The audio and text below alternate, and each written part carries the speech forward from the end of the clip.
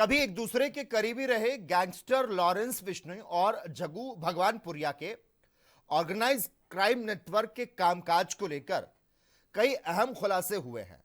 FBI के जांच से जुड़े दस्तावेजों की माने तो दोनों गैंग क्राइम को अंजाम देने के लिए नाबालिग, आर्थिक रूप से कमजोर युवाओं और महिलाओं का इस्तेमाल करते थे। अब सवाल यह है सर, लॉरेंस बिश्नोई जो 10 सालों से भारत की जेल में है, वो अमेरिका, कनाडा, यूरोप में हत्या का नेटवर्क इसका कैसे चलता रहा? इस सवाल का जवाब एफबीआई ने तो दे दिया, लेकिन भारत सरकार ने तो दिया नहीं। साबरमती जेल में बंद बिश्नोई हत्या के आदेश दे रहा, सिलचर जेल में बंद भगवानपुरिया दुनिया भर में 1000 से ज्यादा गुर्गों का नेटवर्क चला रहा। अब सवाल यह है, भारत के पुलिस क्या यह सब कुछ देखती रही? मुकेश जी, यही सबसे बड़ी सीरियस बात है। और जैसे जैसे मेरे साथी पैनलिस्ट हमने इकट्ठे काम भी किया, सुशील जी बता रहे थे, मैं आप वाले और बीजेपी वाले एक पॉलिटिकल मैटर है जी। मैं भी पॉलिटिकल इक्वेशन पे जा सकता हूं, लेकिन सोचने वाली बात सिर्फ इतनी है कि गवर्नमेंट ऑफ इंडिया ब्लेम कर रहे स्टेट गवर्नमेंट पे, स्टेट गवर्नमेंट कर ले गवर्नमेंट ऑफ इंडिया पे। जी। ये दोनों की बात नहीं होनी चाहिए। हम्म। मेन बात ये है कि जो स्मगलिंग हो रही है उसमें हिंदुस्तान पाकिस्तान का बॉर्डर शामिल है। वो स्मगलिंग क्रॉस बॉर्डर हो रही है। हम्म। और जो गैंगस्टर्स की अप्रोच है, जैसे जग्गू भगवानपुरिया अक्टूबर 2025 तक बठिंडा जेल में था। जी। अक्टूबर 25 के बाद वो सिलचर चला गया पिट एनडीपीएस के डिटेंशन के मुताबिक। जी। और जो लॉरेंस बिश्नोई है वो पहले पंजाब की जेलों में था, खरड़ सीआईए में उसकी इंटरव्यू भी हुई।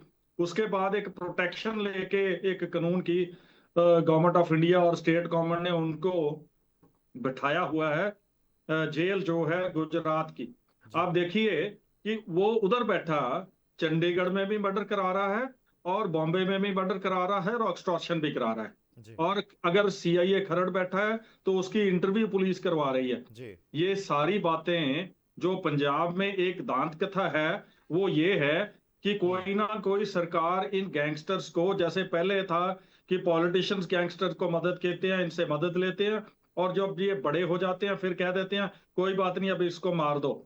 शुरू तो ये ऐसे ही होते हैं, लेकिन जो सिचुएशन अब पहुंच गई है इसमें, जैसे सुशील सुशील जी ने कहा है, ये ब्लेम गेम की जरूरत नहीं है स्टेट और सेंटर के बीच। अब बिल्कुल। तो मैटर एफबीआई के पास है।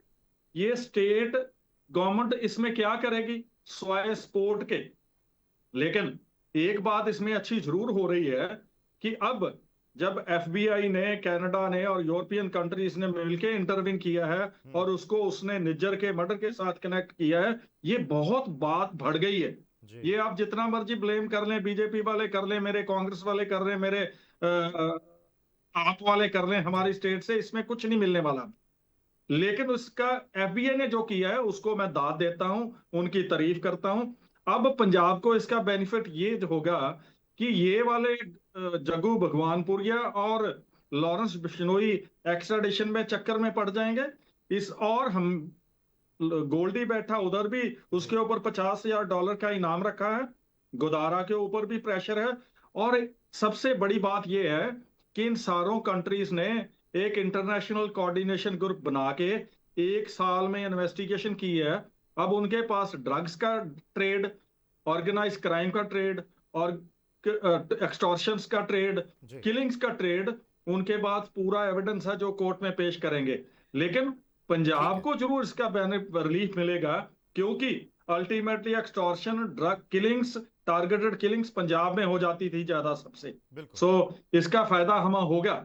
लेकिन मैं बीजेपी वालों को और आपको कहना चाहता हूं कि पंजाब के साथ जो बॉर्डर मिलता है वो बॉर्डर पंजाब का बॉर्डर नहीं है, वो बॉर्डर हिंदुस्तान का बॉर्डर है। बिल्कुल। पंजाब का बॉर्डर हिमाचल से मिलता है और राजस्थान से मिलता है, और कुछ थोड़ा पार्ट अबोर के साथ